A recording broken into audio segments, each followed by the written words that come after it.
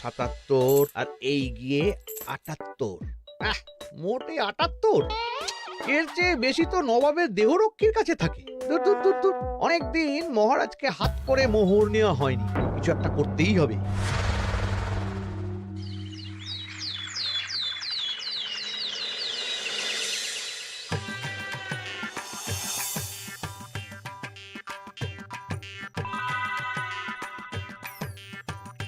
কই গো, কিছু কি ঠিক করলে?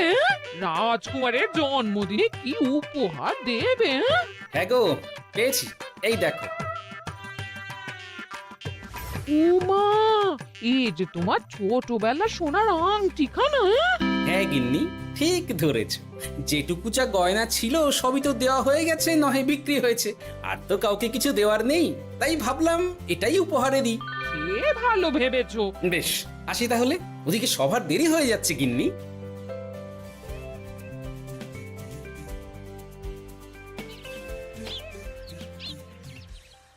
আচ্ছা শোনো, একটা কথা বলতে ভুলে গেছিলাম। আজ একটু তাড়াতাড়ি বাড়ি এসো, শাড়িওয়ালাকে আসতে বলেছি দুপুরে। আবার শাড়িওয়ালা কেন? আরে তুমি ভুলে গেলে, সামনে আমার মন্দির বিয়ে, তার জন্য নতুন শাড়ি লাগবে না গো। একমাত্র বড় মাসির মেয়ে বলে কথা। বুঝলাম। তো ওই একটা শাড়ির জন্য আবার আমাকে থাকতে হবে? 3টে শাড়ি উপহারের পাশাপাশি আমারও একটা শাড়ি চাই। হ্যাঁ আচ্ছা, তুমি নতুন শাড়ি নিয়ে কি করবে বলো তো? বিয়েটা তো তোমার বংশীর। বলি, সারাটা জীবন তো এই এক কাপড়ই কাটিয়ে দিলাম, কি দিয়েছো তুমি আমায়? কেন, এই নিজেকে? আমার মতো স্বামী আর কোথাও পাবে? ও সব মন ভোলানো কথায় আর চিড়ে ভিজবে না, তাড়াতাড়ি আসবে বলে দিলাম। হ্যাঁ অগত্যা।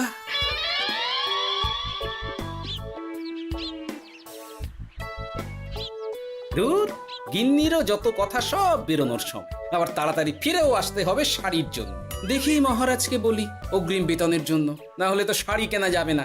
তাও একটা হলে হতো, কিন্তু এনাকেও দিতে হবে। আসলে সত্যিই তো, গিন্নি আমার কত যত্ন আত্তি করে, কিন্তু তাকে আজ পর্যন্ত তেমন কিছু উপহার দিতে পারিনি। না, গিয়ে বলি।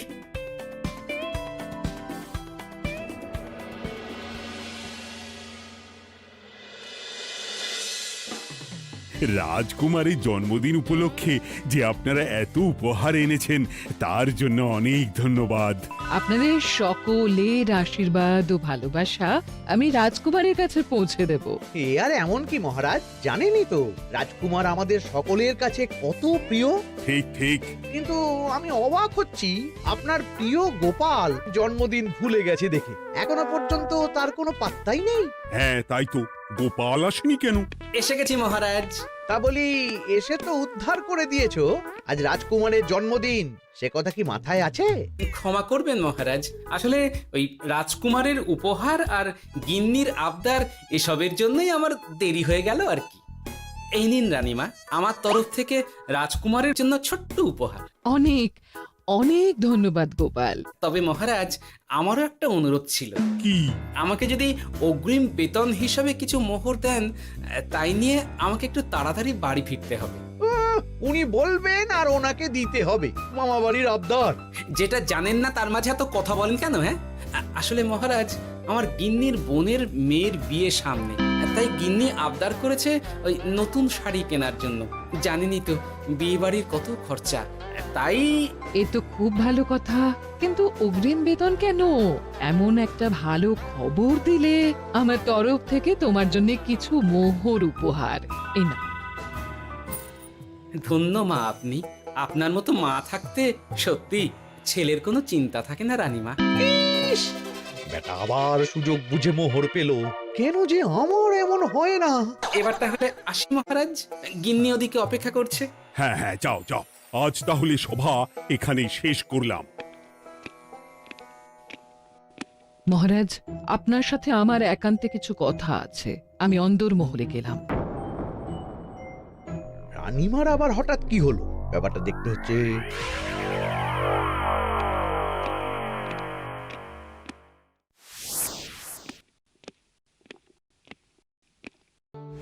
আজ আমি বুঝতে পারছি আপনি আমাকে একদম ভালোবাসেন না মহারাজ।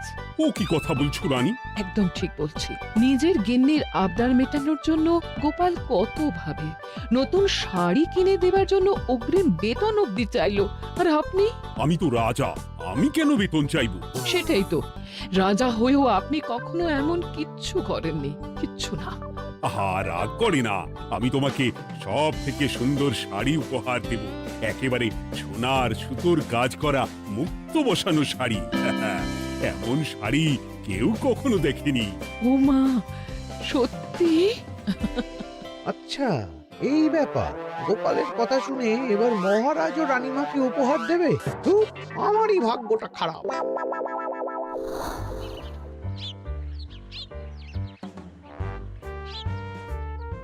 হাজার চেষ্টা করেও গোপালকে আটকানো যায় না। দূর দূর দূর, আমি যা চেয়েছিলাম তা ওই গোপাল পেয়ে গেল। ও কি গো, তুমি কার সাথে কথা বলছো? দুর্ভাগ্যর সাথে। কি সব অলক্ষণের কথা? কি হয়েছে?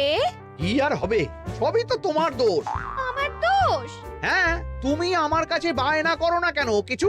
তুমি বায়না করনি বলেই আজ আমি রানীমার কাছ থেকে মোহর পেলাম না, কিন্তু গোপাল পেয়ে গেল। এবার বুঝলাম। ঠিক আছে, এখন তাহলে বায়না করছি, তুমি কাল গিয়ে সেটা রানীমাকে জানাবে। ঠিক আছে? হ্যাঁ, করো করো করো, বায়না করো, বায়না করো। কি চাই, কি চাই, কি চাই? পেয়েছি। তুমি রানীমাকে গিয়ে বলবে যে আমার একটা সোনার হার চাই। এই না হলে আমার বউ। দারুণ চাল চেলেছো।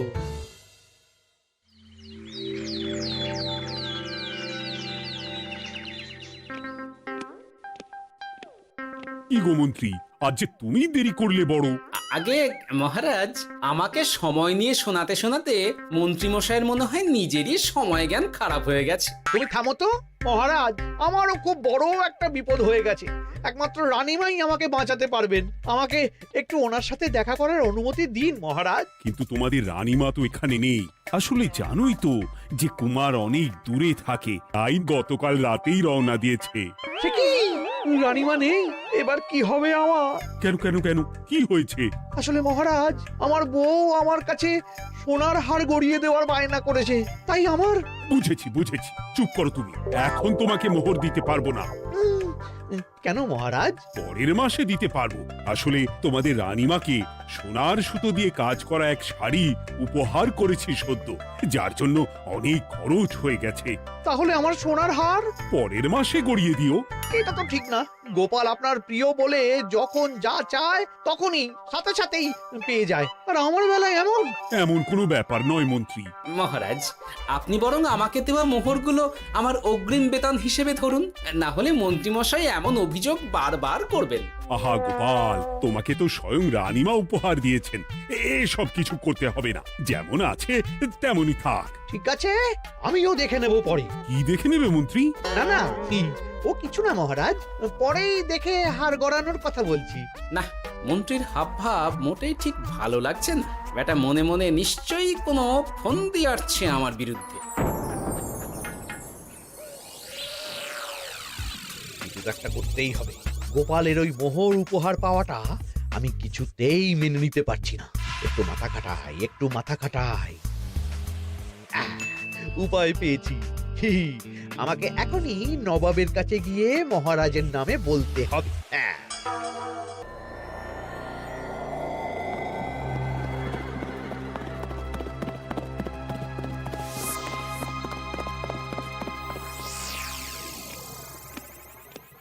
প্রণাম নবাব বাহাদুর। আরে এতে কৃষ্ণনগরের রাজা কৃষ্ণচন্দ্রের মন্ত্রী, তো হঠাৎ এখানেই কেন? আমি নবাব বাহাদুরকে আন্তরিক ধন্যবাদ জানাতে এসেছি। কিসের জন্য? এই যে আমরা খুব খুশি রাজা কৃষ্ণচন্দ্রের মতো একজন শক্তিশালী রাজা পেয়ে। শুধু সামরিক বলেই নয়, আর্থিক, সামাজিক, রাজনৈতিক সব দিক থেকে। আর এটা সম্ভব হয়েছে আপনার মতো একজন নবাবের মহারাজের ওপর কৃপা দৃষ্টির জন্য। বলতেটা কি চাইছো তুমি? তেমন কিছুই না, আপনার গুণগান করছি। নইলে আপনিই বলুন না, আমাদের মহারাজ কখনো সোনার সুতোয় বোনা মুক্তোর কাজ করা শাড়ি কিনে রানীমাকে উপহার দিতে পারে? কি সোনার শাড়ি? হ্যাঁ, এমন দামি শাড়ি যা হয়তো নবাবের কাছেও নেই। ঠিক আছে ঠিক আছে, তুমি এখন আসতে পারো। আর শোনো, আমি তোমাদের রাজ্য পরিদর্শনের জন্য লোক পাঠাবো। কবে কখন সেটা কাল তোমাদের সূচনা পাঠিয়ে দেবো, কেমন? তো ঠিক জায়গাতেই আগুনটা ধরিয়েছি মনে হচ্ছে। বেশ, ব্যাপারটা আমার মোটেই ঠিক লাগছে না উজির। কৃষ্ণচন্দ্রর মতো এক সামান্য রাজা এত দামি শাড়ি কিনলো কি করে? কালো বাজারি করছে না তো? আমিও একই কথা ভাবছিলাম হুজুর। এক কাজ করো, কালকে কৃষ্ণনগরে খবর পাঠাও। 2 দিন পর রাজকার্য পরিদর্শনের জন্য তুমি সেখানে যাবে। সব খতিয়ে দেখবে, আর কিছু বেগতিক বা গরমিল দেখলে সেটা বাজেয়াপ্ত করে নেবে, কেমন? আর কে হুজুর?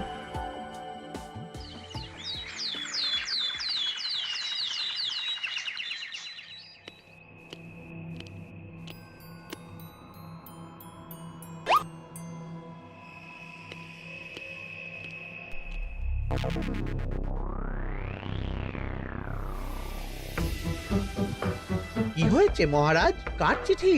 নবাবের রাজকার্য পরিদর্শনের জন্য লোক পাঠাবে 2 দিন পর। এতে চিন্তার কি আছে মহারাজ? চিন্তার বিষয় আছে। নবাব আমার রাজকোষের হিসাবও মিলিয়ে দেখতে চায়। কোনো একটা ভাবে নবাবের কানে আমার সোনার শাড়ি কেনার কথাটা চলে গেছে, তাই সন্দেহ করছে। সে কি কাণ্ড!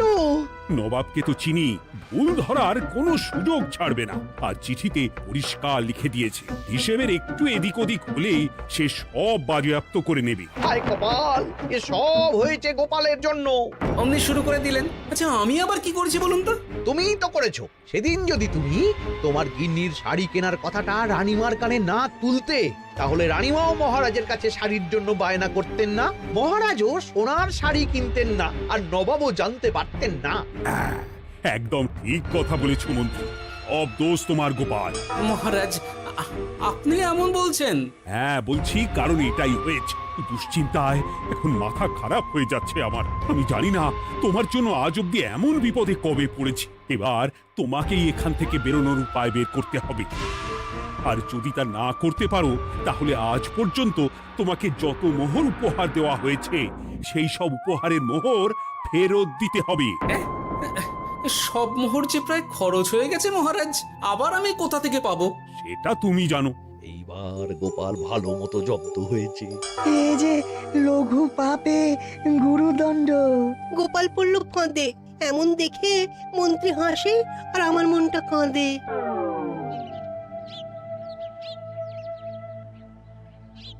এখানে বসে কি করছো গো গিন্নি? এসে পড়েছ? ও মা, তোমার মুখটা এমন শুকনো দেখাচ্ছে কেন?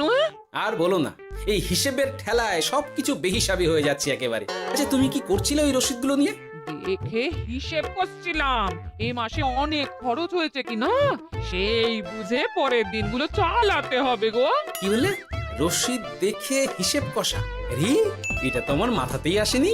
ধন্যবাদ গিন্নি, আরো একবার তোমার জন্য এই যাত্রায় আমি বেঁচে যাব মনে হচ্ছে। বেঁচে যাবে কেন? কি হয়েছে? আচ্ছা, আমাকে আবার একটু রাজপ্রাসাদে যেতে হবে। আমি এলাম গিন্নি। কি যে বলে লোকটা, কিছুই বুঝতে পারি না। হ্যাঁ,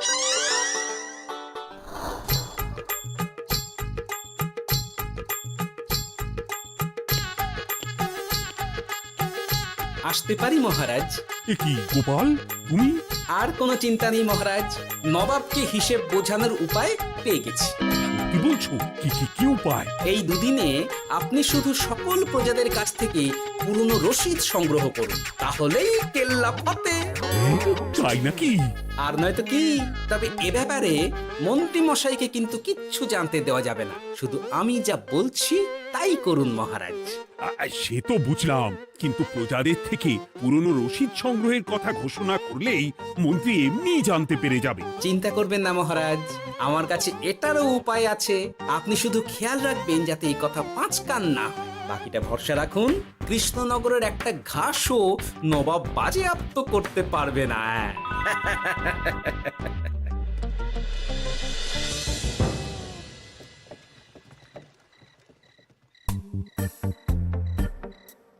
গোপাল দাদু, আমরা সব চলে এসেছি। ভালো সময় এসেছিস। তোদের দাদুর ভবিষ্যৎ এখন তোদেরই হাতে। এমন করে বলছো কেন দাদু? আমরা থাকতে তোমার কিচ্ছু হবে না, শুধু বলো না কি করতে হবে। জানি তো, তোদের যেটা করতে হবে সেটা হলো সবার বাড়ি বাড়ি গিয়ে পুরনো রসিদ সংগ্রহ করতে হবে। এই ব্যাপার, এটা আর এমন কি? কিন্তু কেউ যদি জিজ্ঞাসা করে কেন চাইছি, তখন বলবি যে ওই গোপাল দাদু ওই ঠোঙা বানাবে বলে পুরনো কাগজ চাইছে। আচ্ছা, আমরা এক্ষুনি নিয়ে আসছি। যাক, প্রথম ধাপ হয়ে গেল, এবার পরের ধাপের প্রস্তুতি। যাই, একবার বরং বিজ্ঞানীর কাছ থেকে ঘুরে আসি। বিজ্ঞানী, ও বিজ্ঞানী, বাড়ি আছো? আরে গোপাল যে, এসো এসো ভেতরে এসো। বলো, তোমাকে কিভাবে সাহায্য করতে পারি? তোমার কাছে কালি মোছা যায় এমন কোনো কিছু আছে? কালি মোছার জিনিস? হ্যাঁ, একটা তরল রাসায়নিক পদার্থ আছে যেটা সব ধরনের কালি তুলে ফেলে। দাঁড়াও দিচ্ছি।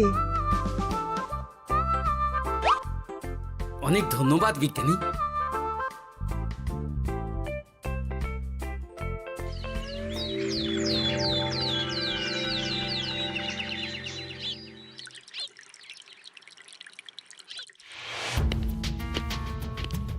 আসুন আসুন, আপনার জন্যই তো অপেক্ষা করছিলাম। তাই নাকি?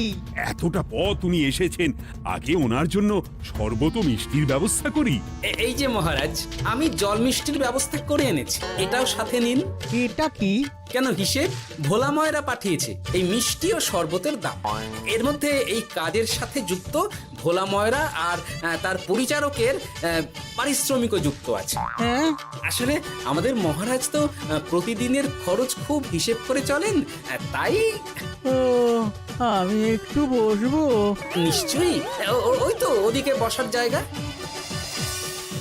আপনি কি হাওয়া খাবেন উজির সাহেব? তাহলে রশিদে ওটাও যুক্ত করব। মশকরা হচ্ছে?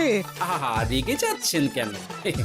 আপনার সাথে মশকরা করার মতো স্পর্ধা আমার নেই উজির সাহেব। আসলে মাসের শেষ তো, তাই একটু বেশি হিসেবে চলতে হচ্ছে আর কি। আমাকে হিসেব দেখাচ্ছ? আর রাজা কৃষ্ণচন্দ্র যে সোনার সুতোয় বোনা শাড়ি কিনতে পারলো, সেটার হিসেব কোথায়? একটা সামান্য রাজা এত অর্থ পায় কোথা থেকে? এ আবার কেমন কথা?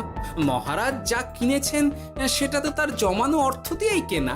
আমি বিপথে কোনো কাজ করি না। সেটা তো রাজকোষের হিসেব দেখলেই বোঝা যাবে। শুনে রাখো গোপাল, একটুও যদি হিসেব এদিক ওদিক দেখি না, তাহলে সব বাজেয়াপ্ত করে দেব। কোনো চালাকি নয়, কোনো চালাকি নয়। বেশ, তবে করুন হিসেব। আমাদের কাছে কিন্তু সব কিছু রসিদ আছে। কই গো, আনো সব, আনো আনো।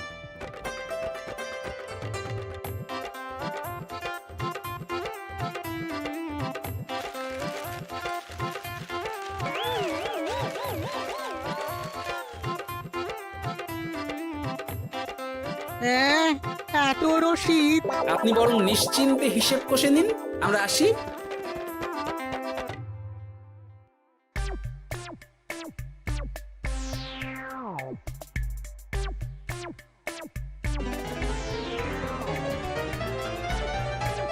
বাবারে, এত হিসেব কষে কষে তো মাথা ঝিমঝিম করছে, খিদেতেও পেট চুই চুই করছে। আপনার হিসেব কত দূর উজির সাহেব? আমাকে এখান থেকে নিয়ে চলো গোপাল, আমি আর পারছি না। ও কি, অঙ্ক কষে কষে তো আপনার সব শক্তি শেষ হয়ে গেছে দেখছি। আচ্ছা চলুন চলুন চলুন, কিছু মুখে দিয়ে দিন, তাহলেই শক্তি আসবে। তাই চলো।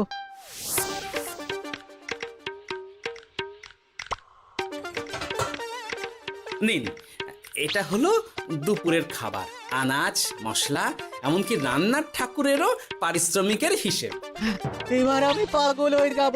আমি আর কোনো হিসেব দেখতে চাই না। সব সময় কি আর হিসেব নিয়ে চলা যায় নাকি? কি আর করা যাবে বলুন? হিসেবে না চললে আপনি তো মহারাজের উপার্জনের উপর সন্দেহ করবেন, আর বেশি খরচ হলেই সম্পত্তি বাজেয়াপ্ত করবেন। তাই বলে সব কিছুতেই হিসেব? কোনো একদিকে বেশি খরচ হলে বাকি দিকগুলো এভাবেই কম করে চলতে হয়। কি ঠিক বলিনি? আমি আমার ভুল বুঝতে পেরেছি গোপাল, এবার আমাকে রেহাই দাও।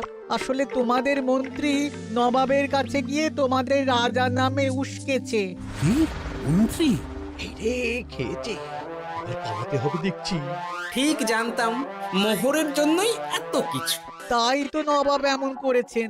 বেশ, এবার আমি ফিরে গিয়ে নবাবকে সব জানিয়ে দিচ্ছি।